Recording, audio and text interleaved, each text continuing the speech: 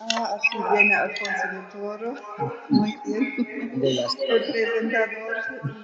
Ya está nuestro presentador también con nosotros. Sí, ya está con nosotros. Me disculpo. Mea culpa, pero ahora estoy aquí donde tengo los datos de Dieter, los tengo acá también. Bueno, ¿empezamos entonces? ¿O? Sí. ¿Ya? Sí. Muy puntualmente. Bueno, increíble, ¿eh? Esa puntualidad prusiana que tenemos. Ya. Sí. Bueno, me ha tocado el honor de presentar a Dieter Ingenscheid, que no solamente es un gran amigo y muy querido amigo mío, la verdad, hemos hecho una carrera más o menos juntos, pero en momentos también muy estrechos. Y Dieter es uno, bueno, diría yo, uno de los grandes representantes de la romanística alemana, no solamente en Alemania y en Europa, sino a nivel internacional. Es uno de los pocos a nivel internacional que realmente se leen en el extranjero. No tan solo porque Dieter naturalmente ha escrito en español y en otras lenguas, sino que además porque Dieter ha introducido una serie de teorías y nunca se me va a olvidar en un congreso, Dieter lo sabrá, en un congreso de la Asociación de Hispanistas Alemanes, donde Dieter introduce como nueva teoría, como nuevo campo de trabajo, el aspecto homoerótico como un instrumento nuevo de la literatura. Y me acuerdo que los comentarios que se hicieron en ese tiempo, que todavía no había la libertad que tiene hoy día, fueron bastante curiosos, pero a mí me despertó mucha curiosidad. Y así, Dieter, en el proyecto que tuvimos acá, Annegret se va a acordar, Cornelia se acuerda también, Dieter editó un volumen sobre la literatura gay, que fue naturalmente uno de las estrellas de los volúmenes que aparecieron allí y que completó realmente esa colección y esa investigación con respecto a Latinoamérica. Ahora, con respecto a Dieter mismo, Dieter fue catedrático mucho tiempo, a partir de los 90 en la Universidad de Humboldt, y tuvo la labor de construir ese departamento de romanística. Fue uno de los pioneros allí, y desde hace 1 o 2 años, Dieter, no pusiste las fechas, eres emeritus. Creo que después de 2 años, es decir, que un poco más, bueno, pero recientemente, digamos, ya no es el ordinario allí de la cátedra, sino que, bueno, se encuentra en otro tipo de actividades hoy en día. Y Dieter además fue presidente de la Asociación Alemana de Hispanistas que acabo de mencionar, de 1998 al 2003, y desde el 2015 es miembro de honor, honorífico en esa. Y bueno, ha tenido naturalmente una gran carrera. Ha sido invitado, como dije ya, es una personalidad internacional, ha sido invitado como profesor invitado a dar conferencias o a dictar cursos en universidades españolas, también en Estados Unidos, Latinoamérica y en la Universidad Hebrea de Jerusalén, algo que también nos conecta, y especialmente en la filología, de la Facultad de Filología de la Universidad Complutense, que yo diría desde afuera que es una especie de su casa, segunda casa académica después de la Humboldt. Él es miembro de una serie de centros de género transdisciplinarios sobre memoria, por ejemplo, y sobre cultura audiovisual. Como vemos, Dieter es además una personalidad que trabaja a nivel transdisciplinario y transcultural, que es lo que ha caracterizado toda su producción académica y científica. Y quisiera no olvidar que Dieter, en el 2008, se le otorgó la condecoración Orden del Número Isabel la Católica, y además se le dedicó una publicación donde yo tuve el honor también, en la alegría de participar, creo, que fue El Andar, Tierras, Deseos y Memorias, que fue un homenaje a Dieter en ese mismo año. Bueno, tiene una serie de publicaciones y los artículos, me disculparás, Dieter, no quisiera acá mencionarlos todos, porque si no vamos a tener la hora ya pasada, sino que una nueva publicación, y eso me interesa mucho, que está preparando en esta famosa editorial de Goethe en Berlín para el 2021, que es eine andere Geschichte der spanischen Literatur,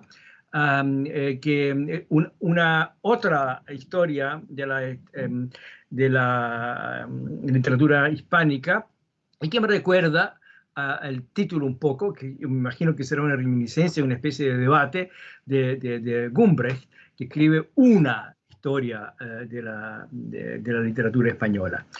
Así que creo que vamos a estar muy atentos a eso. Luego editó Evento del Deseo, Sexualidades Minoritarias en las Culturas y Literaturas de España y la política a fines del siglo XX en Iberoamericana, el 2018, y creo que el otro libro, Desde Aceras Opuestas, Literatura, Cultura Gay y Lesbiana en Latinoamérica, creo que ese fue el libro que publicaste con nosotros dentro del proyecto, ¿no es verdad? Y un libro que fue un libro paradigmático en esa época, que lo edita Dieter con Noé Schäfer, otra personalidad de la romanística alemana, que se llama Abriendo Caminos, la literatura de España desde 1975, que salió en Tusqué el 93. Bueno, ya he escrito una serie de artículos recientemente que diría, por este momento los dejo allí para que podamos empezar. Es una alegría y un honor, Dieter, de tenerte acá y de poder escucharte nuevamente y después poder verte nuevamente. Bueno, tienes la palabra y tienes una hora a disposición. Bueno, muchísimas gracias, querido Alfonso, por tu amable introducción. Ya lo exageras como siempre. Gracias también a Cornelia Ziva y a Daniel Bencomo por esta invitación que me honra mucho. La primera reacción en el momento de recibir esta invitación fue la afirmación de la ilusión enorme que me da la participación en este fascinante proyecto. Yo pensé de inmediato en cosas neobarrocas muy modernas, en arte, en videoclips, pero al fin y al cabo volví a textos literarios. El conocimiento del texto de Luis Felipe Fabre, muy nuevo, lo debo a mi queridísima colega Rick Bolte, amiga personal del autor. Hablar a un momento avanzado de un ciclo de conferencias me da la impresión que los antecedentes ya hayan dicho todo. Espero poder ofrecerles pues algo nuevo esta tarde. La advertencia de Alfonso de Toro alrededor de las dos caras del barroco como época histórica y como estilo por el otro lado, y su referencia a los pliegues y repliegues me sirven de tela de fondo. Al final podríamos volver a discutir la pregunta que Michael Rösner había formulado sobre un nuevo orden mundial procedente de China. Con Roberto Echavarren comparto la visión de experiencias literarias más allá de la lógica ilustrada, y con Gonzalo Lizardo aspectos como el símbolo de la luz hasta la sacralización del espacio, etc. Pues otra vez mil gracias por la invitación y sin más voy a empezar. Yo no veo las transparencias de PowerPoint. ¿Cómo es que tengo? Aquí está, ¿no? Sí, ahora lo tengo. Está en el plan, sí. Se ve muy bien, sí. Los asistentes lo ven. El relato histórico de que no es en España, sino en América Latina, donde surge una nueva conceptualización del barroco a mediados del siglo XX, simplifica los hechos, pero contiene un núcleo de verdades innegables. Las posiciones neobarrocas y postcoloniales dieron a la lucha por la autodeterminación cultural latinoamericana una nueva coyuntura en varios frentes. Cabe destacar tres posiciones. Primero, la estilización de la totalidad de las realizaciones culturales latinoamericanas desde la época precolombina a la independencia como un barroco de contraconquista por parte de Lezama Lima. Segundo, las definiciones de las epistemologías latinoamericanas como fundamentalmente barrocas por parte de Alejo Carpentier. Y tercero, la creación de una nueva forma de estética literaria contemporánea, las estrategias discursivas neobarrocas paradigmáticamente en Severo Sarduy. Empiezo con Lezama y Carpentier. En las 5 conferencias que Lezama pronunció en 1957 y que presentó bajo el título La expresión americana, el autor cubano propagó que la expresión más original de la cultura y vida latinoamericanas es el barroco. En su idiosincrática línea de pensamiento, el barroco marca el lugar de la tensión entre América y Europa, y el tema se convierte en la, cito, continuidad de las culturas autóctonas bajo las elaboradas formas del barroco español, fin de la cita, como dice Irmar Ciampi. Las huellas y expresiones de esta latinoamericanicidad barroca, Lezama las encuentra en la mitología del Popol Vuh, en la literatura de Sor Juana Inés de la Cruz y en el escultor afro-brasileño Alejandrinho, es decir, en personajes cuyas biografías calificaríamos hoy de híbridas o transculturales. Como leitmotiv, Lezama opone el agotado barroco europeo con sus asimetrías impotentes a una cultura barroca americana viva, activa y vigorosa que llega hasta su presente.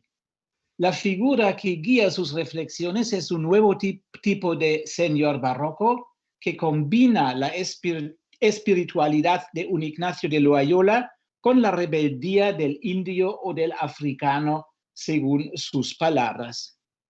La propia elección de este paradigma muestra hasta qué punto Lezama sigue comprometido con modelos centrados en la identidad y que su teoría, a pesar de su pretendida validez a todo el subcontinente, está, por otra parte, fuertemente orientada al caso concreto de Cuba, un país que, por tanto, ha experimentado unas características muy específicas, como el dominio colonial español durante el siglo XIX y una historia intensa de migraciones.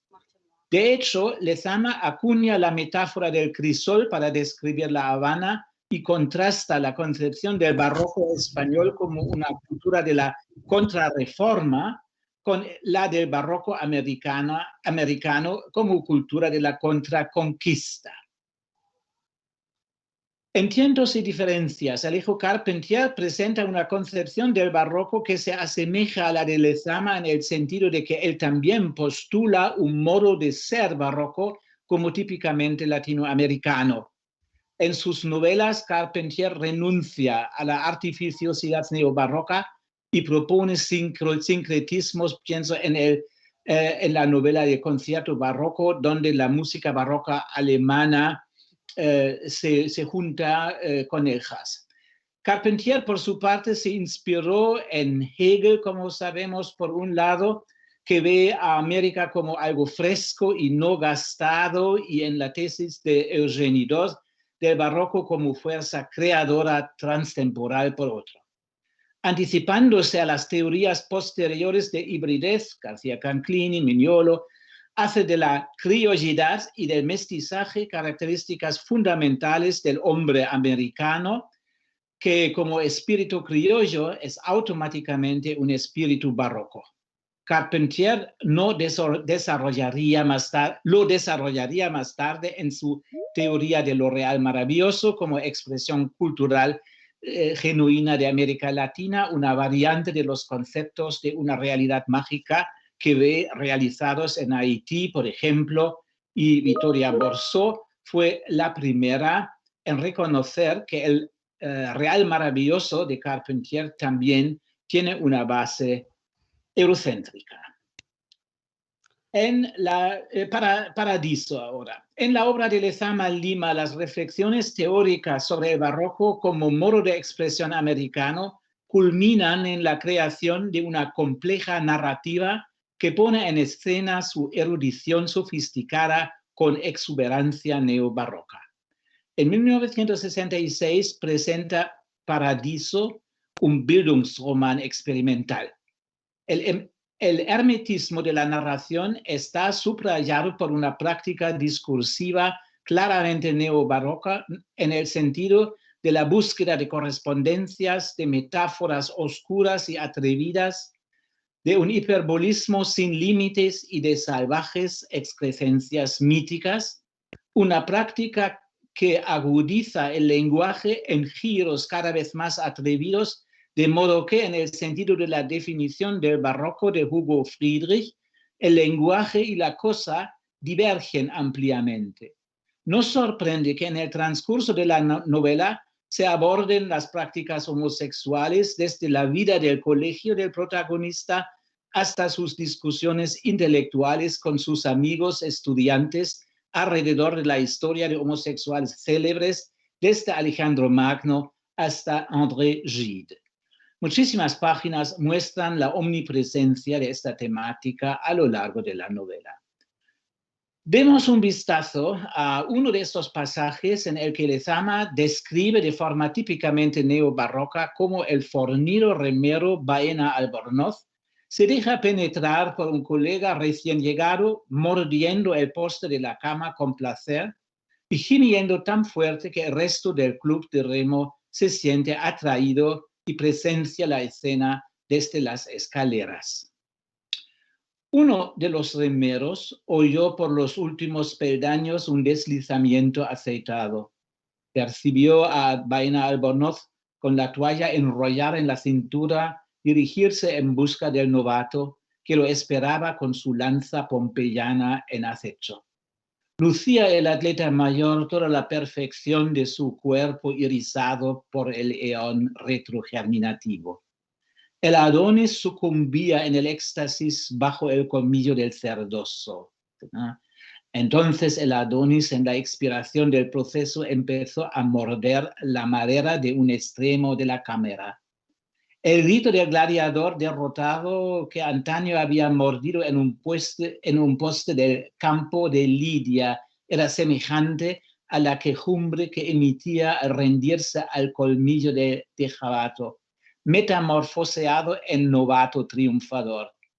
La onda de recuperación en la dicha avivó sus sentidos para descubrir en el primer descanso de la escalera la burla y la malignidad del coro de los remeros que testificaban su humillación.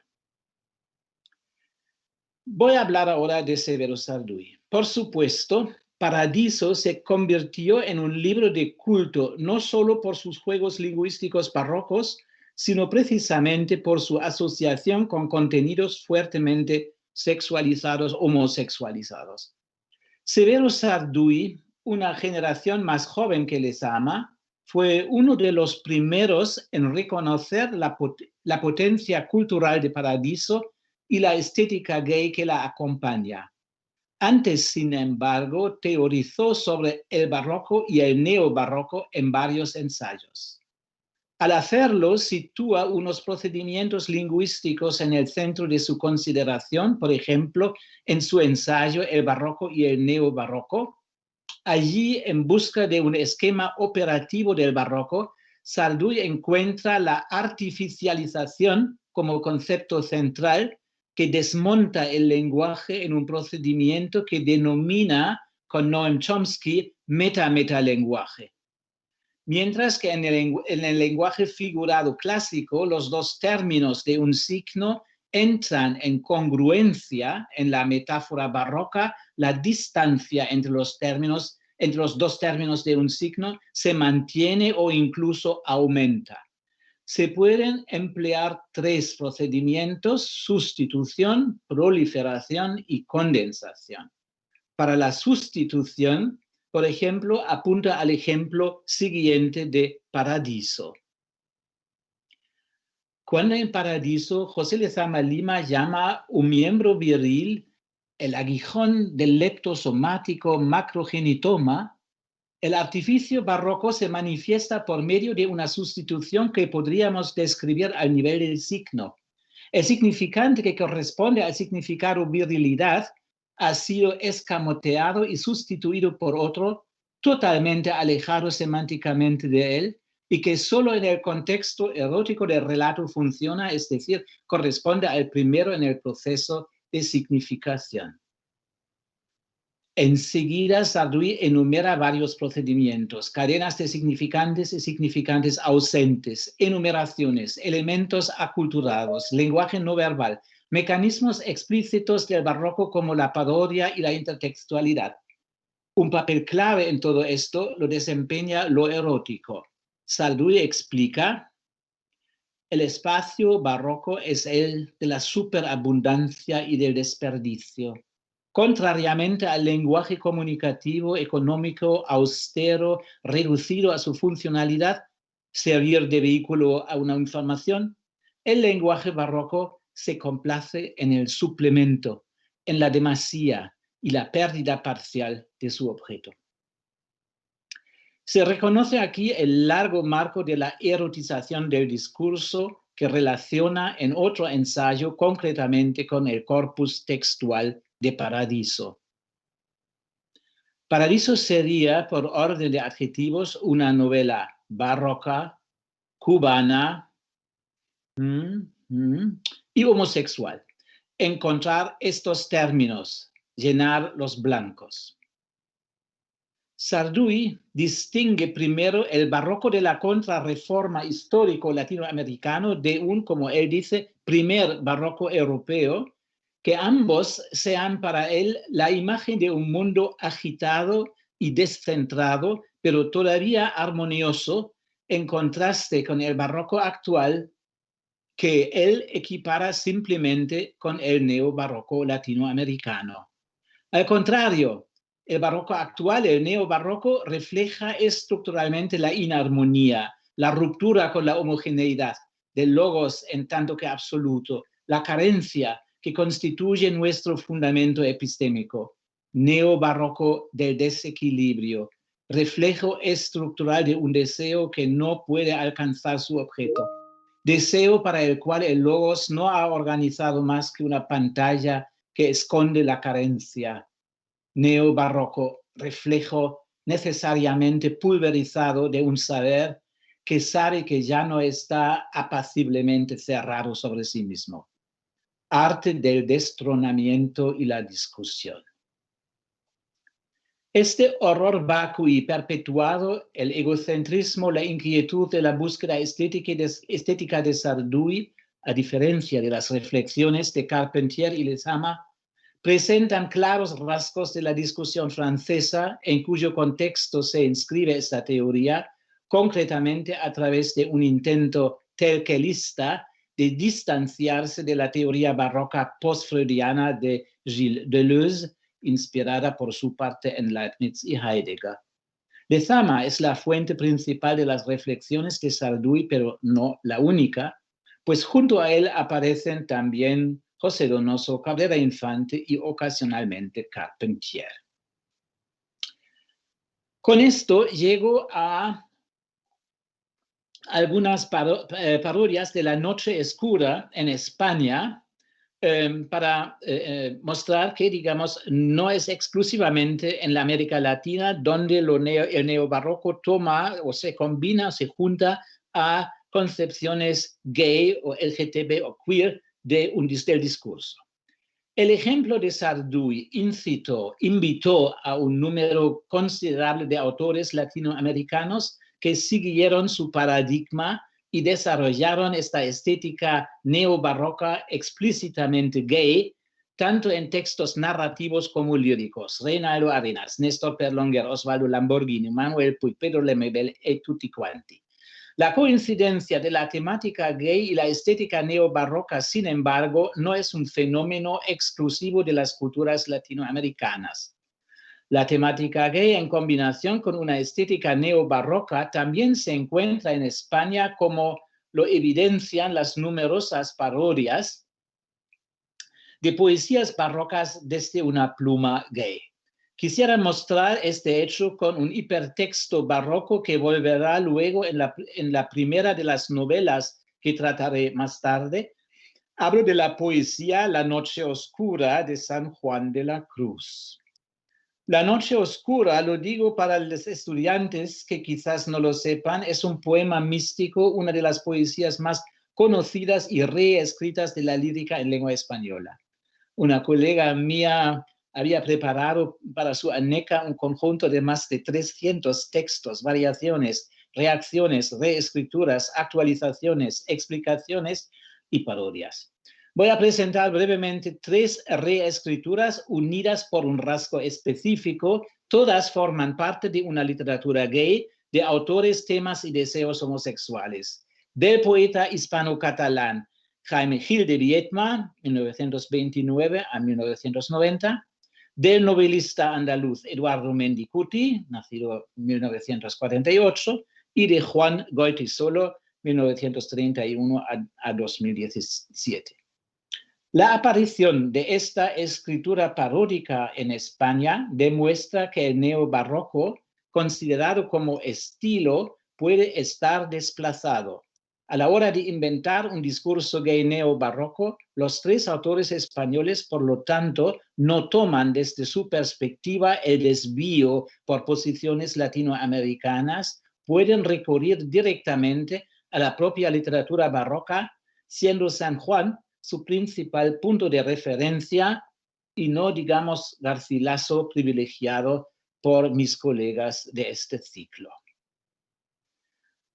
¿Quién fue San Juan de la Cruz? Juan de Yepes Álvarez, 1542 a 1591, tal su nombre original, canonizado en 1726, reformador de la Orden de Nuestra Señora del Monte Carmelo, cofundador de la Orden de los Carmelitas Descalzos, al lado de Santa Teresa de Ávila, es una figura clave del misticismo barroco.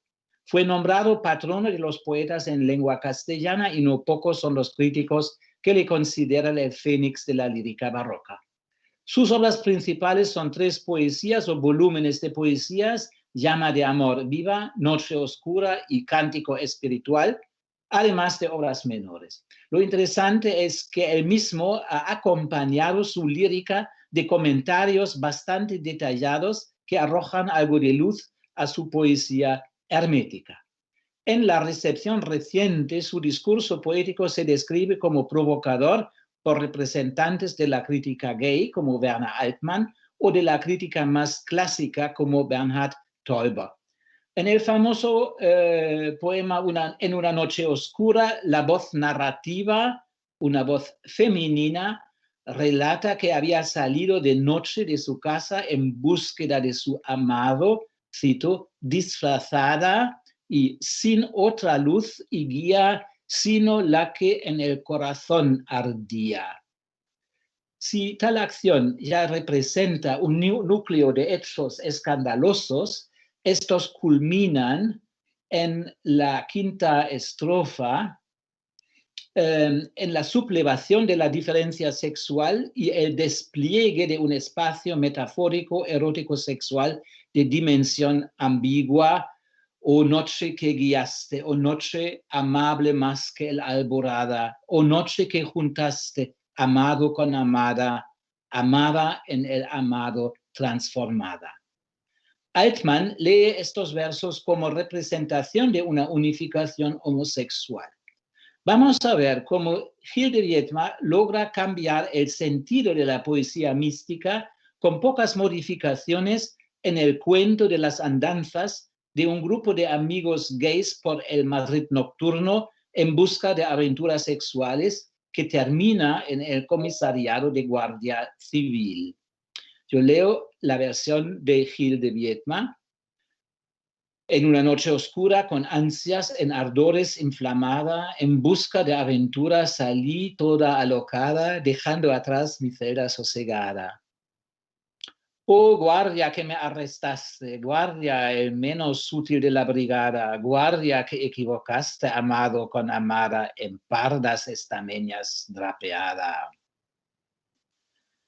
Mientras que la versión original, según Teuber, permite una lectura que sitúa la experiencia religiosa en el sentido de la vía divina bajo los auspicios de un deseo erótico profano, En el texto moderno, el framing religioso, su dicción barroca y su doble sentido gay se transforman en los elementos constitutivos de una parodia que va de la mano de la estética del camp en el sentido de Susan Sontag. En el resultado final, el texto del santo me parece bastante más erótico que el de Gil de Viedma. El segundo texto es una novela paródica de Eduardo Mendicuti con el título Yo no tengo la culpa de haber nacido tan sexy. La narradora de la novela es una persona trans, M2F, que se apoda Rebeca de Windsor, en la vida preoperativa Jesús López Soler, y que un día decide hacerse santa, una santa verdadera.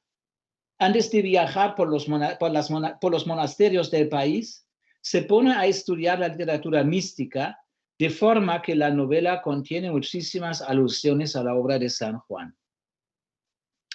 Por eso, apenas logré recuperarme un poco del impacto de la iluminación, me dije, Rebeca, mimarás tu alma, emprenderás la subida al Monte Carmelo, surgirás radiante de la noche oscura, alcanzarás la séptima morada, flotarás en un no saber sabiendo y te fundirás como miel en los brazos del amado. Con el trabajo que me ha costado ser una mujer entera y verdadera, con el coraje que me ha hecho falta, sobre todo hasta que hace 10 años tomé otra drástica decisión, operarme, dejar en el quirófano los últimos estorbos de una hombría equivocada y convertirme por fin en la mujer más sexy del mundo. Así que después de ese currículum no iba a contentarme con un estatus de santa de segunda categoría. Eso sin contar con que en cuanto tuve la iluminación, supe que lo mío era ser amada en el amado transformada. ¡Qué bonito! El efecto paródico reside aquí principalmente en una nueva configuración del propio lenguaje barroco según principios descritos por Sarduy. Las virtudes del pájaro solitario de 88, la novela de Juan Goytisolo, el escritor español más importante de las últimas décadas para mí personalmente, es un texto difícil, hermético, que mezcla momentos tan divergentes como recuerdos de infancia, vivencias de un enfermo de SIDA en una clínica y el encierro de San Juan en la cárcel, sin dejar claras las transiciones, lo que contribuye a su oscuridad. En una noche oscura, con ansias en amores inflamada o dichosa aventura, salí sin ser notada, estando ya mi casa sosegada, furtiva y exaltada con mi canto, desestimada aljamas, desconocía antros cifrando en las alhamas mi deleitable santo de los santos. Oh gloria de la noche luminosa, llena del oscuro mediodía, las almas temerosas hacia él convergían por las calladas vías enjundiosas, por sendas de crudezas y de humores buscaban conmigo la luz negra, el cerco de presuras y de goces, el rayo de tiniebla donde de tal manera se conoce. Siga, siga, dijo. Tenía una jeringuilla entre las manos. Me acababa de dar una inyección. ¿De qué medicamento o droga se trataba? Me hubiera gustado indagar más en estos textos, pero como expresiones de una literatura peninsular no caben en el marco dado, de forma que vuelvo al centro de mi charla, al autor mexicano Luis Felipe Fabre y su novela Declaración de las Canciones Oscuras, otra forma de reescritura de las obras del santo barroco. Declaración de las Canciones Oscuras es la primera novela de Luis Felipe Fabre, nacido en 1974, conocido en América Latina como poeta. La novela se divide en un prólogo de 4 páginas y la declaración narrativa misma. El prólogo presenta un diálogo entre 2 hombres, Diego y Ferran, que pasean por una noche tan oscura que no saben si están ciegos o no. Su diálogo, algo absurdo, revela además que tienen miedo de la oscuridad muda y de la vida, Están esperando a otra persona que puede quitarles el miedo. Al final creen reconocer a este hombre en la persona del alguacil Don Juan. El corpus de la novela consiste en 28 capítulos, cada uno precedido de un párrafo en cursiva. Los capítulos cuentan con la autoría de un narrador omnisciente quien se apropia numerosas perspectivas personales, las acciones de estos tres hombres, del alguacil y sus dos ayudantes, Diego y Ferran, recién llegados a un monasterio de Úbeda con el encargo de trasladar el cadáver de San Juan de la Cruz a Segovia.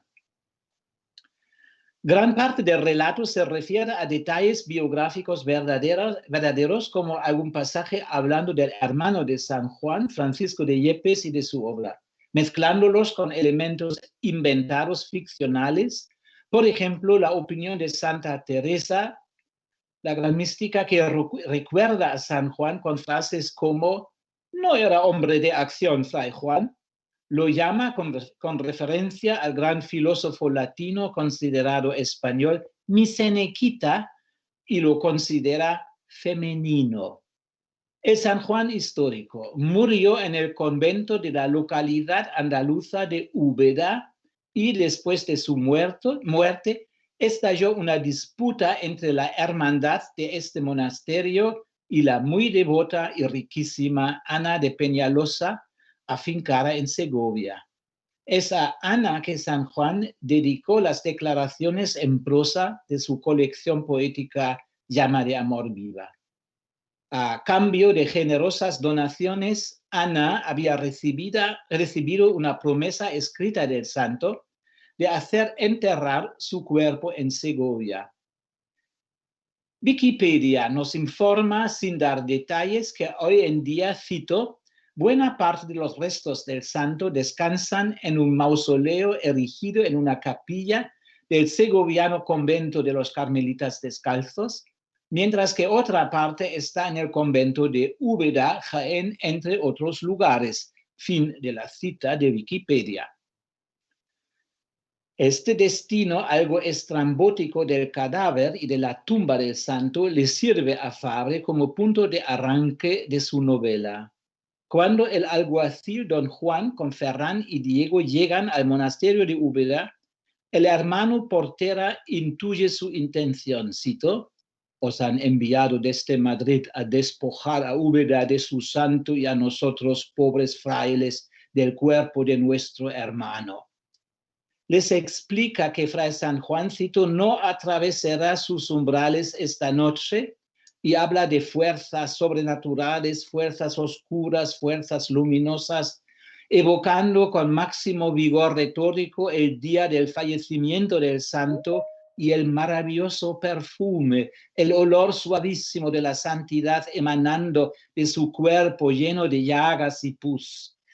La narración adquiere vida propia y se convierte en una orgía de lenguaje expresivo. Al final del tercer capítulo, el prior decide permitir la exhumación del santo y el cuarto, dedicado a la declaración del tercer verso del poema de la noche oscura, o dichosa aventura, abre con las exclamaciones maravilladas de todos los presentes al exhumar el cadáver. Cito, «El cuerpo de Fray San Juan se hallaba incorrupto y tan fresco como cuando murió. Sin embargo, el estado de ánimo que parecía haber embrujado a los reunidos inmediatamente después de la muerte se instala de nuevo. Una vez más, se trata de apropiarse de las reliquias. Volveré sobre ello. El alguacil le cortó 3 dedos al santo y partieron los 3 rumbo a Segovia con los dedos como reliquias. Doña Ana, sin embargo, insistió en su derecho al cuerpo entero del santo, obtiene por parte del vicario general de los carmelitas la licencia de trasladar el cuerpo de Úbeda a Segovia y los 3 tienen que volver otra vez al monasterio andaluz para otro intento de recuperación. Las partes del cuerpo que se llevan las meten en una gran maleta, baúl, que cargan en una mula y parten de vuelta a Segovia. A lo largo del camino, la gente de Úbeda sigue intentando detenerlos, por lo que solo avanzan de noche.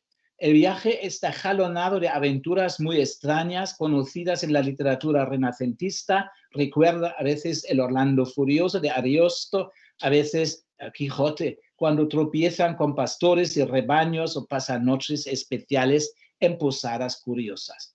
Después de numerosas aventuras, a menudo con fuertes connotaciones eróticas, los tres hombres llegan al monasterio de los Carmelitas Descalzos de Madrid, con los restos de santos, donde doña Ana quiere dar a los monjes y monjas la oportunidad de despedirse del santo antes de que sea llevado a su casa. Se trata de una novela riquísima en alusiones, en alusiones intertextuales. Más que los tres textos paródicos españoles de la segunda mitad del siglo XX antes citados, que enfocan la noche oscura exclusivamente, la novela de Fabre se refiere a la producción literaria entera del santo, a la noche oscura, al cántico espiritual y a la llama de amor viva. Lo interesante es que existen estas largas explicaciones en prosas que también se incluyen. Los dos aspectos pertinentes en el procedimiento de Fabre son la escenificación de un lenguaje muy cerca al de los pretextos y la utilización de la obra entera como referencia para un análisis provisional del carácter neobarroco de la novela. Propongo considerar tres aspectos: A, la función de los sentidos y la sensualidad; B, la intertextualidad; y C, la estética o la práctica queer o transgresora. Sentidos y sensualidad. A lo largo del texto, la importancia de las impresiones sensoriales llama la atención, entre las que la visual es la constante temática más significativa. La luz, la sombra, la penumbra y la oscuridad son constelaciones que determinan el grueso de la trama. También en los textos de San Juan, la oposición de luz y oscuridad desempeña un papel central en la Epifanía, un tema que, según Tolba, adoptó de Plotino. En Fabre, esta oposición se convierte en el leitmotiv de los tres emisarios. En segundo lugar está el sentido del olfato. Del cadáver del santo emana esta fragancia celestial que seduce y atrae a los frailes como a los habitantes de la ciudad. Incluso mientras Ferran y Diego transportan el cadáver en una maleta, las mujercillas con las que tropiezan en el camino se sienten atraídas por este olor. El único que parece estar exento es Ferran, que afirma que no huele nada. Su breve observación quizás solo sirva para identificar la masa de todas las descripciones del perfume como fenómeno de lo que es, en términos modernos, una histeria de masas que va de la mano de la experiencia religiosa y de sus propias leyes.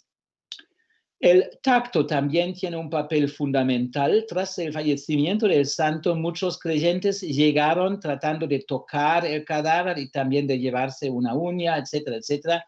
En última instancia, esto ilustra el culto a las reliquias, que se convierte en uno de los principales puntos temáticos de la trama. Se puede utilizar para mostrar cómo la capa de veneración piadosa aumenta hasta dimensiones verdaderamente absurdas. Y embriagados de aquel celestial olor, llegáronse los carniceros con sus cuchillos y con sus dagas los rufianes, y con sus pinchos las cocineras, y los herreros con sus tenazas llegaron. Y llegáronse todas las gentes con innumerable concurso, provistas de filos según su oficio y posición, más indistintas a su posición u oficio, todas apetecían su tajada del santo. Pelos de barba de los brazos, de las piernas, los más discretos, uñas, pedazos de oreja, los acomedidos y los callos que con las grietas se le habían hecho en los pies. Pero los osados, más allá de hábito, se aventuraban. Los hermanos intentamos proteger el cuerpo para que no le cortasen pedazos de carne. La intertextualidad decía antes que Declaración de las Canciones Oscuras alude a un número masivo de intertextos que provienen de tres grupos: A, de la Noche Oscura; B, de la relación intertextual con otras obras sanjuanistas; y C, referencias a otra literatura de índole barroca. La Noche Oscura es en efecto el intertexto central. Por un lado, introduce el tema de la oscuridad y por otro, el horizonte de una unión amorosa que se hace patente en varios momentos del viaje de los tres protagonistas con su maleta a Segovia. La dificultad estriba en que la estricta forma lírica del poema, 8 estrofas de 5 versos cada una, hectasílabos y endecasílabos en alternancia, no se presta a la transposición directa en prosa. Bueno, opera pues con variaciones. Próxima. Esta ya es. En una noche oscura, a la más secreta hora, en el minuto más quieto, cuando ni los astros giran en el cielo y la nube que los cubre no da un paso, y en el fondo del pozo extingue su luz la luna, cuando enmudece el grillo, cuando ni las maderas crujen, ni crepita el fuego y sosegados sus carbones. Sigue, todo este párrafo sigue sin signos de puntuación, más de una página. En un diálogo entre Ferran y Diego sobre el amor físico, la charla gira en torno a los gemidos de las mujeres que se escuchan durante el acto amoroso. Esto lleva de nuevo a la noche oscura y proporciona al final una versión alternativa de la poesía sanjuanista. ¿Que nunca has estado con una mujer? Sí, con muchas. Si hubieras estado al menos con alguna, los habrías reconocido. ¿Qué? Los gemidos, dijo Ferran. Y antes de proseguir, se aseguró de que el alguacil durmiera, roncaba. Escucha. Oh, no sé qué. Venturosa, corrigió Diego. ¿Qué? Que el verso dice, oh, noche venturosa. Sí, lo sé, tonto, pero da lo mismo que se digan, lo que digan sus versos. Lo que importa no es lo que dice, sino lo que gime, atiende. Oh, noche no sé qué, oh, noche no sé qué, y quién sabe qué, oh, noche que no sé quién es ni quién, en quién, sin quién, o quién con quién es quién. De forma similar, el verso clave sanjuanista, o noche que juntaste amado con amada, desemboca más tarde en una orgía sexual o, como reza el texto, en una, cito, santísima follada, una follada aristotélica. En cuanto a los otros intertextos de San Juan, Fabre utiliza ampliamente los comentarios que el propio San Juan escribió sobre sus textos, explicando, por ejemplo, su Cántico Espiritual, una colección de 40 poemas alegóricos y amorosos que se refieren al cantar de los cantares bíblico y su imagería presente a la época del místico a través de la reescritura de Fray Luis en octava rima. El ciervo, como alegoría del amante, que ya aparece en el primer capítulo del Cantar de los Cantares, también salta a través del texto de Fabre, por ejemplo, en el capítulo 13. El capítulo 13 titulado En el que los sueños, etcétera, etcétera. Hacia el final de este capítulo, Ferran ofrece una manzana de oro a las 3 damas dudosas en su venta, como en su día París la mostró a las diosas Hera, Atenea y Afrodita, y se dirige a ellas como ninfas de Judea, citando con esta apóstrofe la canción 31 de su cántico espiritual. El cántico reza: o ninfas de Judea, en tanto que en las flores y rosales el amba perfuma, mora en los arrabales, y no queráis tocar nuestros umbrales. Pero las tres contradicen esta designación y declaran: ninfas de Judea, desconfió la madre ventera, ¿a quién pretendéis llamar así? Sabed que aquí todas somos cristianas viejas. Al fin se ponen de acuerdo que son las ninfas de Malagón.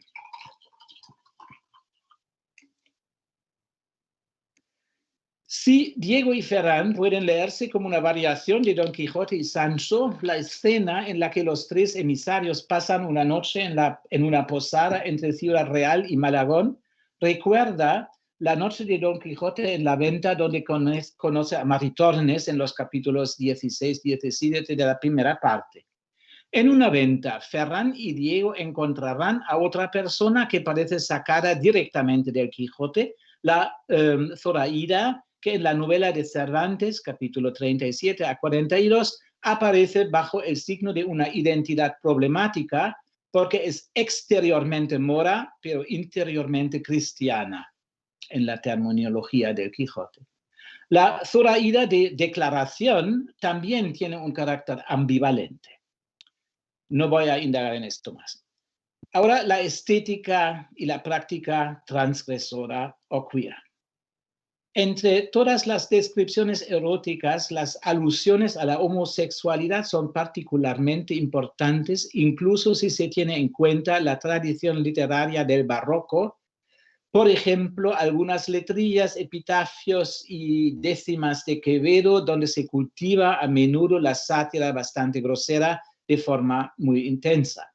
En la novela de Fabres aparece la sospecha de sodomía en el Cántico. Se encuentran alusiones a un Dionisio afeminado o en relación con el mito de Narciso, líneas como el solitario amador busca a su amado. Cuando Ferran es víctima, entre comillas, de un hermafrodita, el texto proporciona todo un conjunto de metáforas sexuales y de erección, coño, culo, rabo, y de juegos de palabras en torno a expresiones vulgares de deseo homosexual como julandrón, bugarrón, maricón. La promulgación de la práctica homosexual, tanto a nivel del discurso como de la trama, se intensifica cuando Ferran y Diego depositan el cuerpo del santo en un convento de Madrid. En el capítulo 25 de 28. 25 se dedica a un verso de la 36ª canción del Cántico que canta Gocémonos, amado, y cita largos pasajes de los comentarios del santo. En la penumbra del refectorio del monasterio, Ferran se dirige a su compañero Diego con un paquete que contiene una reliquia, pidiéndole besarla. Que te lo digo a ti, Julandrón, devoto de las pijas, que bien me sabe que cada domingo te comulgarías una si tal merced te fuese concedida. Mira, cata, y asoma su tonsurada cabeza el frailecico por su capucha de pellejo. Que eres un tonto, burlóse Ferran, un tonto y un falso converso, mas no faltarán las que sin tantos melindres brinden testimonio de su fe y gozosas rindan culto de las reliquias de tan santo varón. La verga de Ferran, apuntando como un cuchillo a la religiosa arrodillada, el cuchillo de Ferran sajando la verga del fraile ya en su mano sudorosa apretaba a Diego inflamado de extrañas ansias. Todo en suma fue demasiado para su mocedad y flaqueza. Y tuvo Diego descomponerse, descoyuntarse, desvanecerse, y tuvo también vaya confusión, vaya trastocamiento, vaya arrobamiento. A su sensualidad moverse con torpeza y crecerse y levantarse. Debía ser a causa del cuerpo del fraile, se dijo, procurando hallarle sobrenatural razón a su tan errada tiesura. Tal debía ser, se decía, desesperado, mientras apretaba con más y más ansias aquel trozo de Fray Juan de la Cruz, cuyo cuerpo y aroma trastocales ánimos y sesos a las gentes y de oscuras amores inflama. Bueno, en este momento no se trata del miembro de San Juan, sino combinando el erotismo con el lenguaje poético de su lengua. Sin embargo, Ferran persigue el proyecto de asegurarse la más valiosa de las reliquias, el pene del santo. Para ello lleva un cuchillo que Diego confunde una docena de páginas más tarde con exaltación, con cierto órgano de su compañero. Al temer que el cuchillo pueda herirle, se da cuenta que no es la hoja del cuchillo, sino la verga de Ferran. El acto se describe así. Oh, tuvo Diego, que era la mano de Ferran, el cuchillo de Ferran, el cuerpo de Ferran sobre su cuerpo, que así lo oprimía y apresaba. Oh, sintió Diego el filo del cuchillo recorrer su desnudez como un escalofrío hasta detenerse en sus cojones. Oh, quiso Diego decir que no, suplicar que no le cortara los cojones, que no le cortara la verga, que no diría a nadie lo que la verga del fraile. Al fin la flecha había alcanzado al ciervo y el verso al verso, y el ciervo murió. Y Diego no murió, y no era el cuchillo de Ferran, sino la verga de Ferran, lo que así lo hería y atravesaba. Y esto es lo que significa el verso: matando, muerte en vida la has trocado, y cuando habiéndolo herido, al fin Ferran lo dejó y pudo Diego abrir la boca, abrió la boca, mas nada dijo, pues ya nada tenía que decir, si acaso gemir. Oh.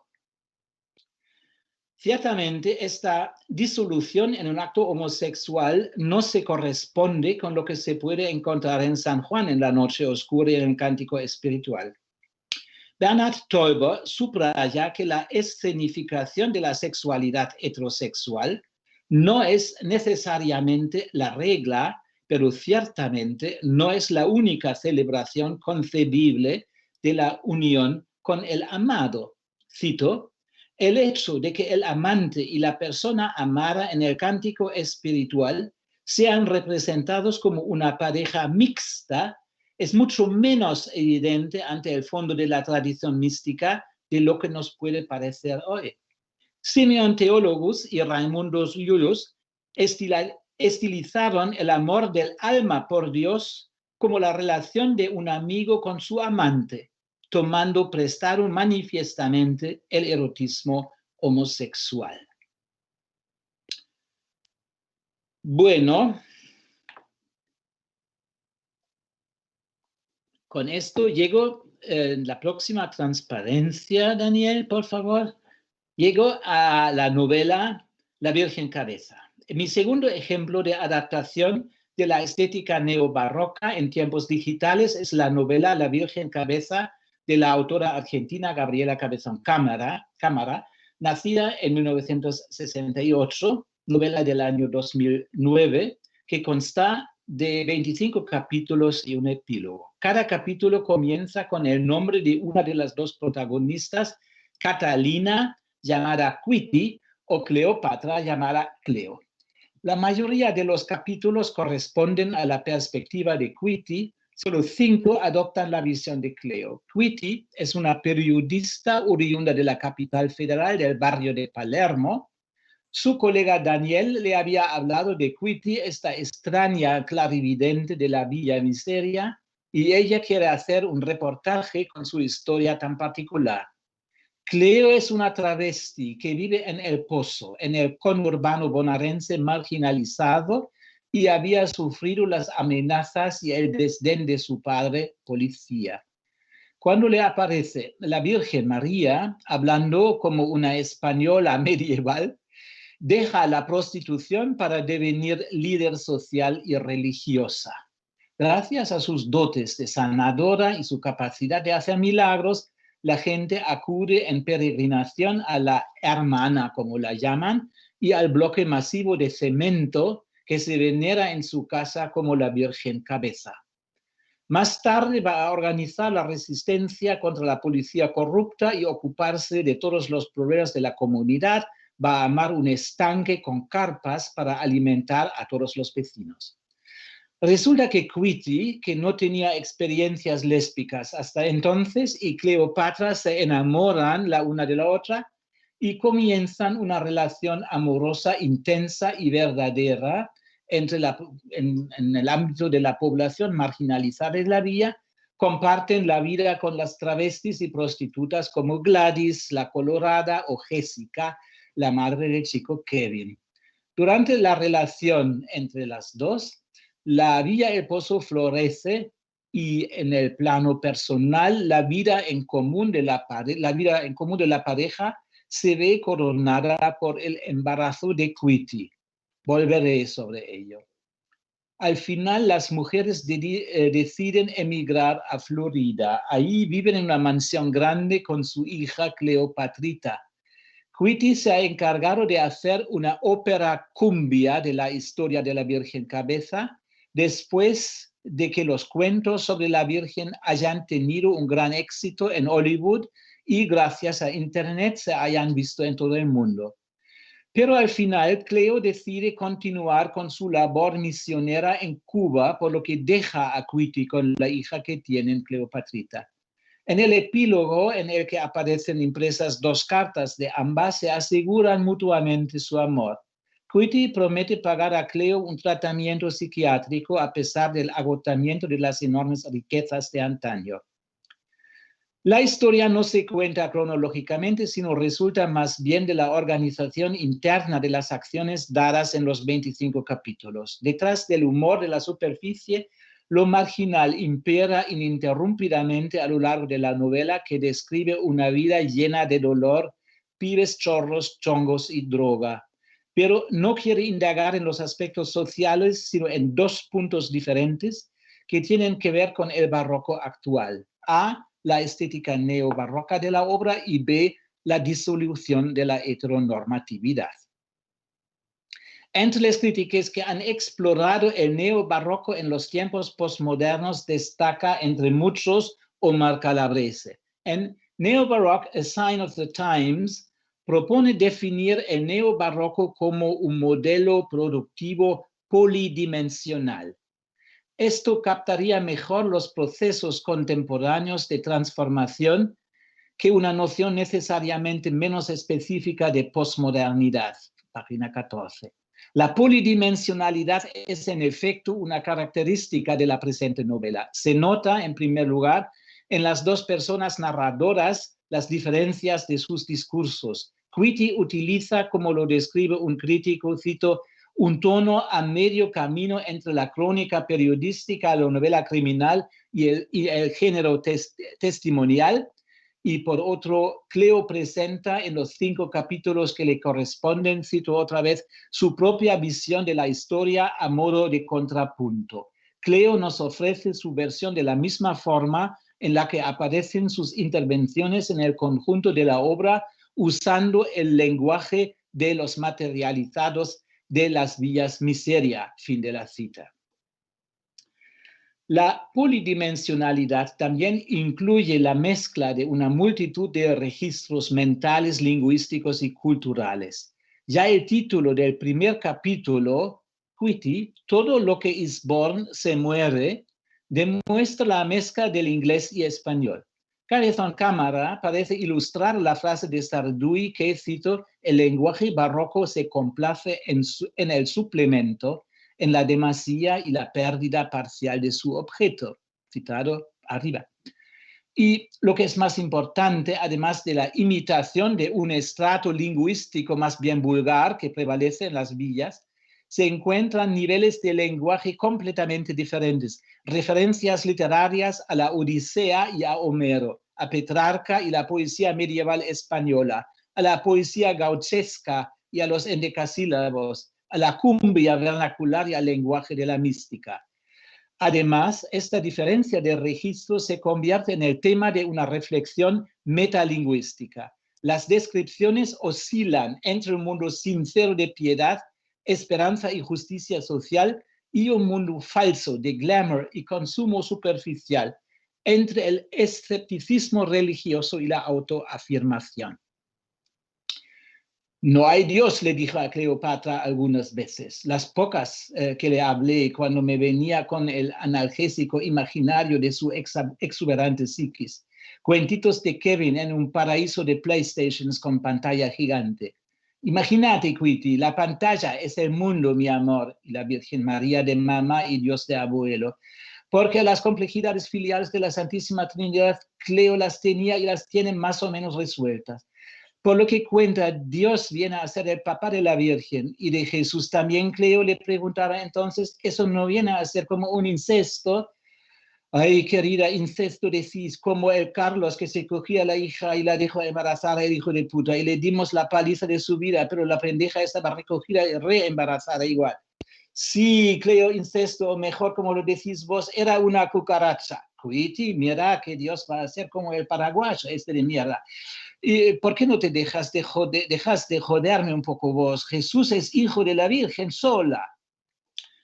En el santoral particular de la gente de la villa se reúnen Cleo con Evita Perón, la Beatriz de Dante, la Laura de Petrarca y la Virgen dialogando con Cleo.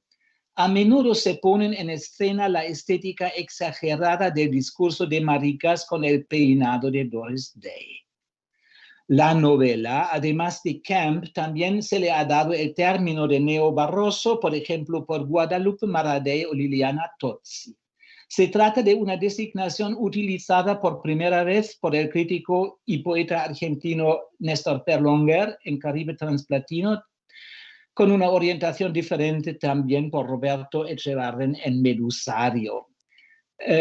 Guadalupe Maradei explica que Perlonger también entiende el neobarroso como una estrategia política, como, y cito a Maradei, un barroco de trinchera, que tiene la lengua como arma. El barroco satura el lenguaje comunicativo por proliferación significante, heteroglosia polisémica, que anula la referencialidad supuesta por un logos que atribuiría un sentido único. La diferencia entre barroco y neobarroco radica en que el barroco tendría una interpretación única garantizada finalmente por la cosmovisión religiosa del siglo XVII, mientras que en el neobarroco hay una fuga total del sentido o hay fijación del flujo, y en el neobarroso, su versión rioplatense, ese flujo pervierte la lengua y supone un socavamiento que pasa por la corporalización de la escritura. Fin de la cita. Último aspecto, la disolución de la heteronormatividad. Llama la atención que la publicación de la novela coincida con la plena aprobación de la ley del matrimonio igualitario en Argentina. La extraordinaria pareja de amantes que forman Cleo y Cuiti, con su hijo adoptivo Kevin, más tarde con su hija Cleopatrita, equivale a una familia arcoíris, aunque ni siquiera se abordan conceptos burgueses como matrimonio o fidelidad. La sexualidad entre la población de la villa se ve en parte como un pasatiempo y en parte como profesión. Ambas protagonistas son mujeres profesionales en sentido estricto, integradas en una red no convencional en la que son completamente aceptadas como madres queer. En un artículo reciente, Juan Martínez Gil describe el devenir queer de Cleopatra y explica los contextos de su existencia queer desde la infancia hasta el nacimiento de su hija. No es hasta el capítulo 23 cuando se nos cuenta de forma épica cómo llegaron a tener a la hija. Cleopatra es, desde el punto de vista sexológico, una travesti, en este sentido, en largo consenso en las teorías LGBTIQ, una persona trans. Rafael Mérida lo define muy bien, pero no es transexual, sino tiene órganos sexuales masculinos y así, digamos, llega a un acto que se describe así. Podríamos tener la próxima. Sí, me enfureció, etcétera. Pues aquí se describe cómo se acerca la una a la otra, y en la continuación, no sé, Alfonso, si era una señal de detenerme. ¿Es esto? Bueno, quizás podríamos tener la próxima transmisión. No tienes que detenerte, pero ya hemos llegado al final de la hora, pero sigue. Una estupenda conferencia, sigue. La media página. Ya, Pues sí, ya. La Transparencia 24 nos cuenta lo de la piedad. Parecíamos la piedad, Cleo y yo, ese día. Ella la madre y yo el hijo. Y ella me besaba y me acariciaba y yo empecé a besarla a ella. las tetas, empecé a besarle, etcétera, etcétera, pues me pareció hecho la medida para mí, me dejé coger y me la cogí y ella también lloraba y fuimos eso, dos animales desesperados que se frotaban y se embadurnaban y lloraban y se abrazaban y sentían latir como quien se aferra a la vida. Cité el pasaje en su totalidad para mostrar el índole del gender trouble con la mención de la piedad heterodoxa, etc. Pues en una entrevista con Nora Domínguez, la autora llama a su estilo un barroso feminista.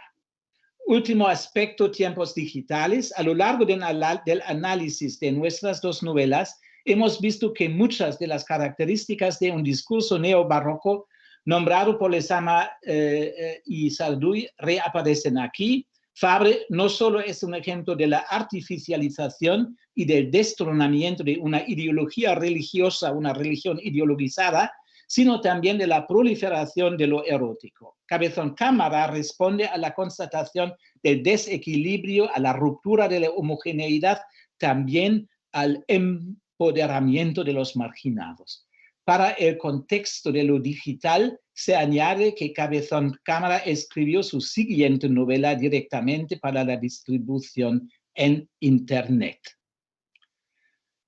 Pero para mí, mi punto, bueno, quizás la 25, Daniel, la Virgen Cabeza se puede insertar en lo que Norma Caricaburo llama la novela de la era, en la era de Internet, etc. Mi punto principal es otro. Aunque los atentados del 11 de septiembre de 2001 no están directamente relacionados con las prácticas sociales en tiempos digitales, se puede sugerir que este acontecimiento marca la encrucijada entre una valoración neoconservadora disfórica del mundo y una visión abierta, versátil y también humorística. 3 semanas después del derrumbe de las torres, Roger Rosenblatt publicó en la revista Time un artículo programático titulado The Age of Irony Comes to an End. Contra el giro neoconservador asociado a este programa existe otra versión más pacífica. Es la versión de Néstor Perlonguer, quien afirma en su ensayo neobarroco y neobarroso, con alusiones a la máquina de guerra de los 1000 plateaux de Deleuze, cito, la máquina barroca no procede como dada a una pura destrucción, fin de la cita. Del lado del neobarroco, entonces, a diferencia de los paradigmas neoconservadores, prevalece una visión abierta y humorística, con la coexistencia de diversos registros lingüísticos y la celebración de un lenguaje novedoso, queer, que conlleva el reconocimiento de la diversidad de género. Me pregunto y les pregunto, porque les invito a discutir si es casualidad que asignemos las dos novelas presentadas a este contexto lúdico y creador. Muchas gracias.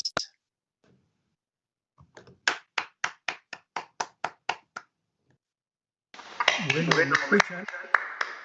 Sí. Dieter, bueno, realmente tu conferencia ha sido impactante, no solamente por la enorme erudición y por el acercamiento, sino por la propuesta que has hecho de leer una cantidad de textos que por razones normativas quizás no se leían de la forma que tú has leído. Así que has abierto acá una nueva brecha de interpretación. Y me parece que lo que tú has propuesto, lo que has trabajado ahora y lo que has pensado y expuesto con respecto al neobarroco como algo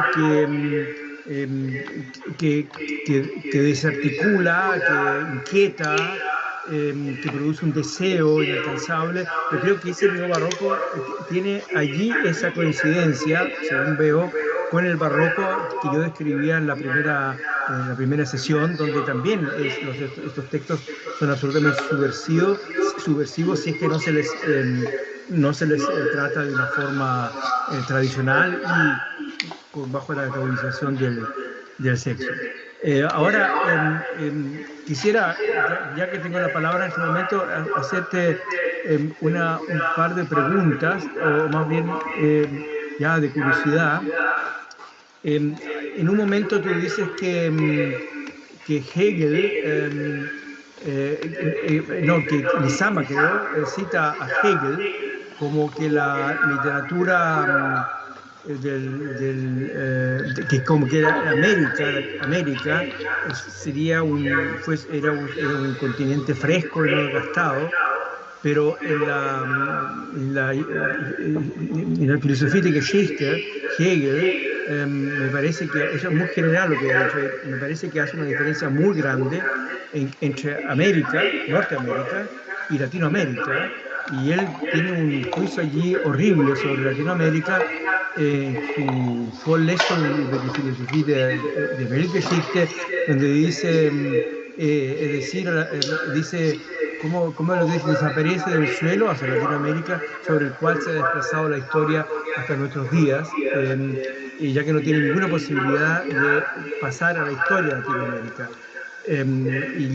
Yo creo que eso, no sé, quería solamente ponerlo como nota a pie de página, de que lo que dice Lezama de Lima con respecto a Hegel es algo que no es tan preciso. Hegel, incluso este famoso filósofo Dussel, dice en el 92, que él habla de la tristeza, del dolor y de la ira que el filósofo de la periferia frente a la sombra del edicto hegeliano, que se transformó como una especie de estigma a lo que para Latinoamérica. Ya, eso sería lo que, desde mi punto de vista, agradecerte nuevamente esta magnífica conferencia, y con esto yo, bueno, te doy la palabra para que responda y abro también la discusión. Sí, gracias, Alfonso, pero no es Lezama, sino Carpentier que se refiere a Carpentier. Lezama se refiere a Guido, a este hombre argentino que ha traspuesto la arquitectura de Wölfflin, digamos, a América Latina, y que había leído a Oswald Spengler y tiene ideas bastante nacionalistas que también se reflejan en la expresión americana, mientras que, digamos, yo venía de este contexto. Sí, no, yo digo... la referencia de Hegel a Hegel es Lezama, no es Lezama, sino es justamente Carpentier. Sí, yo me equivoqué de nombre. Lo que quería apuntar es que Carpentier realmente no hace esa distinción fundamental, ¿no? Gracias, Alfonso. Voy a verificarlo. Sí, te puedo mandar la nota, yo trabajé sobre el respecto. Bueno, quisiera abrir acá muchas gracias, Dieter, nuevamente la discusión. Cornelia Sieber. Sí, quisiera agradecerle primero esta conferencia tan viva y justificóse, ¿no? Que decía sobre Juan Goytisolo, ¿no? Que le gusta mucho, que él también destaca tanto esta oralidad que se veía en sus lecturas de estos pedazos literarios, pero que estaba tan vivo y extremadamente bien. Quería preguntarle específicamente sobre un detalle de una cita que nos ha brindado de Luis Felipe Fabre, en que todo el mundo viene con cuchillo a cortarle un pedazo del cuerpo, y me preguntaba que si tal vez en este contexto mexicano puede ser una referencia a un canibalismo o a un cortar de los cuerpos, ¿no? Al sacrificio humano que se les escribía a los mexicanos, ¿no? Para legitimar la conquista, y que puede ser una alusión a un canibalismo bien técnico, ¿no? Sofisticado, civilizado, con cuchillo. De forma muy indirecta, porque uno de los frailes dice: nosotros los hermanos vamos a evitar que le corten la carne verdaderamente. Pues yo creo que incluso en un contexto fuera del Brasil, pero sudamericano, antropofagia o canibalismo no tienen que ver. Es el culto a las reliquias que se pone, que se ironiza, que está llevado a dimensiones absurdas. Digamos, empiezan con uñas y con pelos, etcétera, y al final, digamos, cortan dedos o parte del cuerpo, pero no para consumirlas, sino para tenerlas. Pues yo creo que la idea, el modelo es el de la reliquia. Sí, puede ser como los aztecas, ¿no? Que estaban visto que cortaron los corazones de sus víctimas y les sacrificaron a sus dioses. Francamente, yo dudo que el autor, Rickeboldt es amiga personal del autor, lo conozco. Yo dudo desde el texto, dudo que tenga relación, digamos, con el mundo azteco. La novela, digamos, se basa exclusivamente en el barroco español y con esta dimensión, digamos, transgresora, y con esta crítica implícita al culto de las reliquias, para mostrar lo absurdo que es, etc. Eso sería para mí el núcleo de todo. El resto, bueno, tendría que pensármelo, pero no me parece evidente, digamos, que es una primera lectura de esta maravillosa novela que recomiendo verdaderamente. Gracias. Yo no sé, primero quisiera preguntarle a Daniel yo no tengo acceso perdona que lo diga así porque no tengo acceso al chat, me dice que no estoy autorizado, ¿podrían darme la autorización que entre al chat? El chat no sé, pero digamos, hay personas que piden la palabra. Sí, yo sé, lo voy a dar inmediatamente, pero quisiera... tengo que ver si yo tengo acceso al chat. No, dice que no tengo acceso porque es para solamente personas que tienen la autorización. Así que yo te había escrito al respecto de eso, Cornelia. Yo rogaría que dieran el acceso a todo, no solamente a mí, sino que el chat es algo importante. Bueno, yo no sé si Daniel... Estoy atenta sobre el chat y veo si alguien deja un comentario en el chat. Y lo comentaré.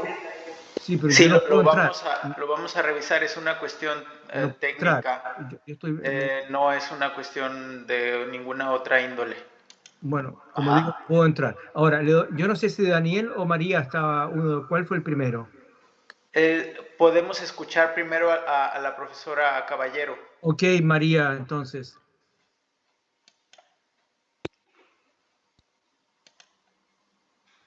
María, tienes la palabra. María. Bueno. Perdón, es que tenía cerrado el micrófono. ¿Se me escucha ahora? Sí. Ah, perfecto. Pues estaba agradeciéndole al profesor su conferencia, que abre perspectivas absolutamente distintas, uniendo barroco y queer, por ejemplo. Entonces, mi pregunta, como andamos mal de tiempo, es muy concreta. Usted nos ha hecho un comentario de una novela argentina y una novela mexicana. Seguro que, dadas sus amplias lecturas, pues sabe si hay algo semejante, digamos, algo semejante en el resto de Hispanoamérica. Esa es mi pregunta. ¿Estos son ejemplos aislados o se puede plantear un neobarroco, neobarroso, unido a lo queer y extendido por toda Hispanoamérica? Yo he trabajado un poco en Puerto Rico y me parece que hay algo en este sentido, pero no conozco otros países. Gracias. Gracias por esta pregunta. Yo creo que hay ciertas zonas del continente que se prestan más a este tipo de discurso. Pues por una parte es el Brasil, claro, con una larguísima producción literaria, y también el lugar del exilio de Néstor Terlonger, pues, y de Manuel Puig también, pues, digamos, yo creo que, francamente, desconozco novelas puertorriqueñas de este tipo, pero las habrá, quizás tendría que preguntar, quizás a Rickeboldt, que conoce más bien la literatura muy actual, o a otras personas. Pues francamente, María, lo siento mucho, pero no puedo... Sí. Muchas gracias. Sí, puertorriqueño conozco algún texto. Era un poco preguntarle si usted tenía alguna perspectiva de otros países y cree que este es un fenómeno, esa conexión barroco-queer que se puede extender a otros países hispanoamericanos, ¿no? Además de México, Argentina, Puerto Rico. Sí, yo creo que sí, pero me faltan los ejemplos concretos en este momento. Muy bien, muchísimas gracias de cualquier forma. Herr Schwab, ¿lo escuchamos? Daniel, tiene la palabra. Tenemos primero una pregunta de uno de sí, nuestros gracias. alumnos. ¿Se me escucha? Sí. Sí. Me he fijado en las preguntas de la transparencia y me ha llamado la atención la última, lo del potencial revolucionario. Y a mí me parece que sí, porque si me he fijado bien, tienen interpretaciones de textos bíblicos, digamos, muy modernas y que probablemente no le gustarán a la Iglesia Católica. Y entonces la continuidad y todos los otros fenómenos tienen cierto sentido. Gracias. Yo creo que de hecho es una interpretación blasfémica de la Biblia, pues no es una interpretación benévola, es una interpretación blasfémica, claro, pero que todavía, digamos, vuelve a estas fuentes, vuelve a todo este mundo. Por eso dan testimonio también de cierta fascinación por lo religioso, por el discurso religioso. Y en este sentido no diría que son 100% textos que nieguen toda la relación con lo religioso. Digamos, es una apropiación de un lenguaje religioso que ha perdido, digamos, el aspecto combativo, el aspecto misionero, que se burla de la misión, digamos, de la reliquia de ciertas formas, pero que utiliza, digamos, la estética y que utiliza el lenguaje y se apropia estas cosas. Pues lo del potencial revolucionario es más bien, digamos, yo lo pienso en contra a posiciones neoconservadoras como las que cité antes, The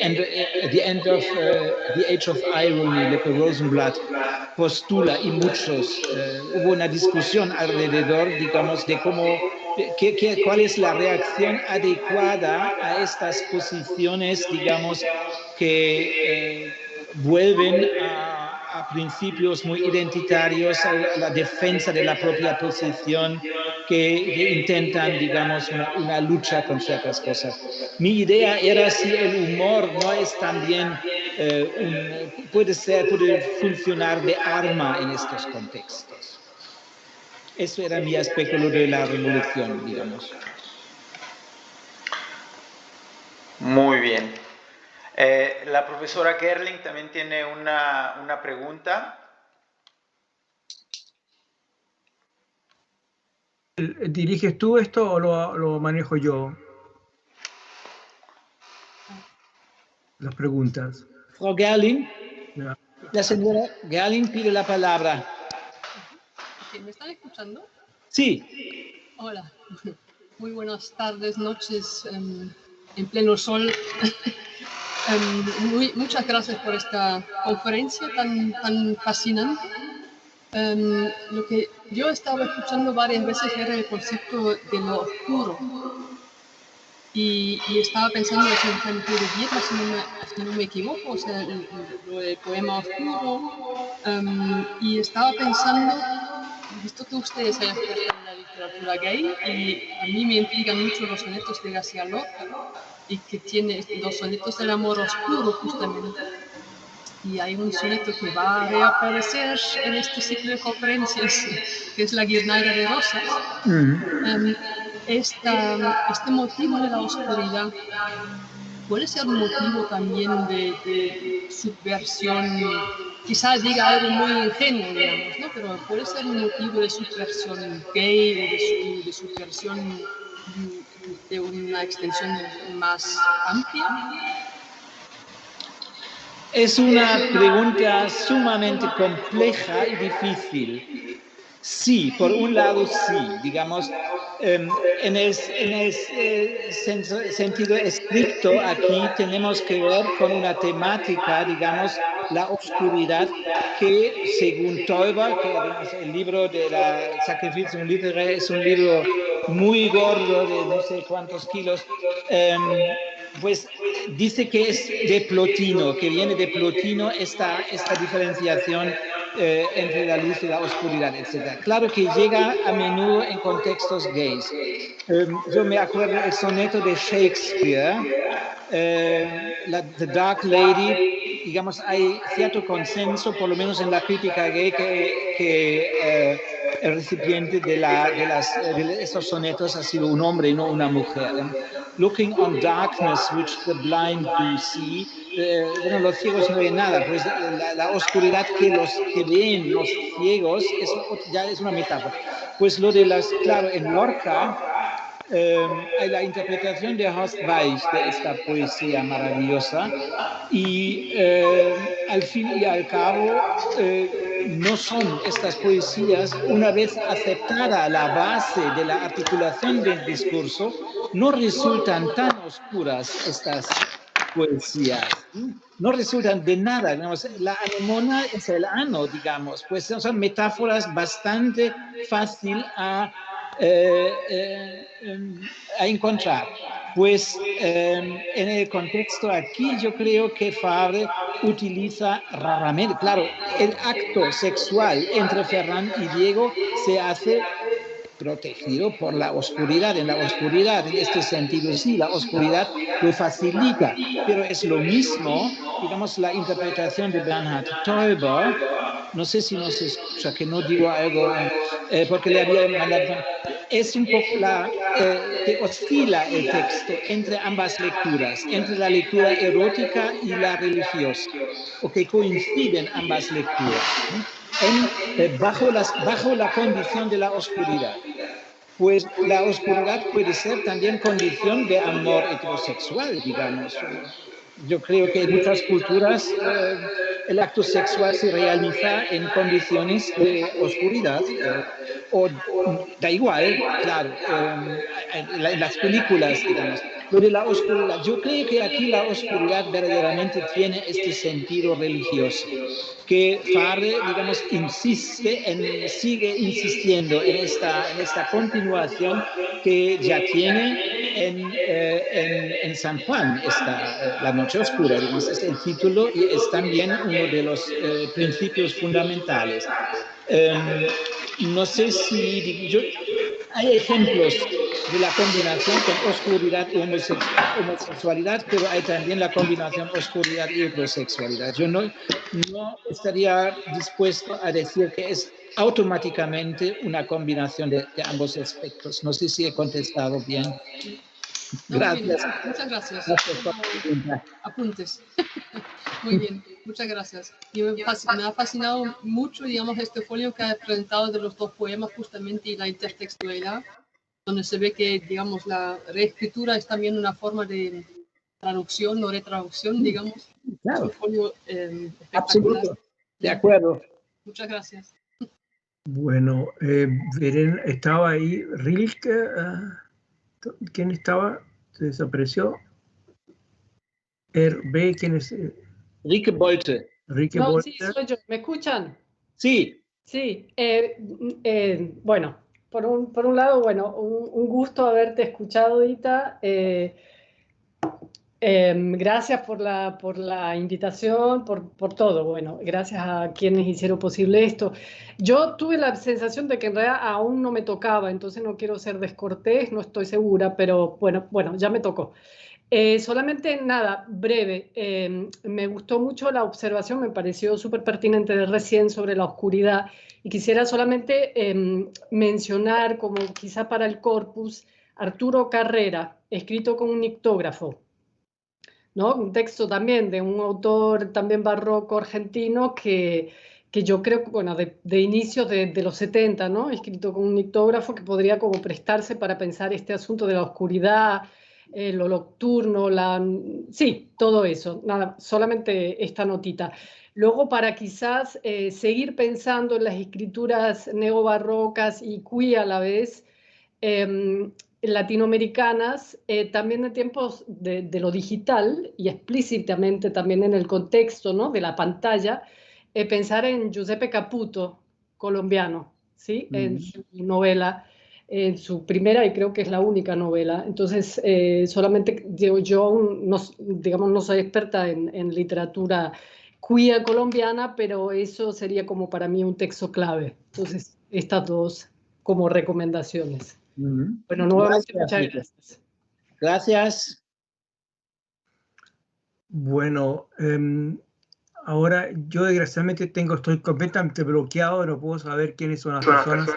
Acá hay un DB, un VG y uno sin nada. Por favor. Bueno, le voy a interrumpir, profesor de Toro, porque sí, ya realmente ya solamente quedaría yo. Ya comentaron la profesora Gerling, la profesora Volte. Hay dos más. Está la profesora Caballero, también ya hizo su comentario, y ya no veo por el momento nadie más. Si alguien tiene algún comentario, sería ahora. Si no, bueno, simplemente, además de agradecerle la conferencia, yo quería comentar. Respecto a esto de la oscuridad, se me venía a la mente el libro anterior de Luis Felipe Fabre, Escribir con caca, que es un ensayo poco novelado sobre la vida del poeta queer, también Salvador Novo, el poeta mexicano. Sí. Y la última parte del libro se desarrolla en el Mictlán, en esta especie digamos, submundo azteca, que se podría también conectar con la pregunta que hacía Cornelia. Y por el otro lado me interesaba cómo en Cabezón Cámara sí hay una nueva divinización por lo menos de la figura de lo queer, viendo lo que comentaba de esta novela que yo no había leído, más la novela que yo conocía de ella, que es El romance de la negra rubia, donde también hay un personaje que es un poco como Juana de Arco, que también es un poco divinizado y luego llevado al nivel de obra de arte, un poco expropiada también la obra de arte a Europa, ¿no? Entonces ese contraste entre el barroco de Fabre y Cabezón Cámara me llamó mucho la atención y simplemente quería comentarlo. Eso sería todo. Y muchas gracias, profesor Engenshai, un gusto escucharle. Gracias a todos y todas y todas. Y bueno, ha sido un placer participar en este ciclo de conferencias. Muchas gracias. Igualmente, muchísimas gracias. Pues adiós, hasta luego. Hasta luego. Salud. Muchas gracias a todos y a todes y a todas por escucharnos. Hasta el próximo miércoles. Sí. Un gran saludo. Un comentario en el chat que dice muchísimas gracias, ha sido interesante. Gracias. Adiós, chao. Adiós. Gracias.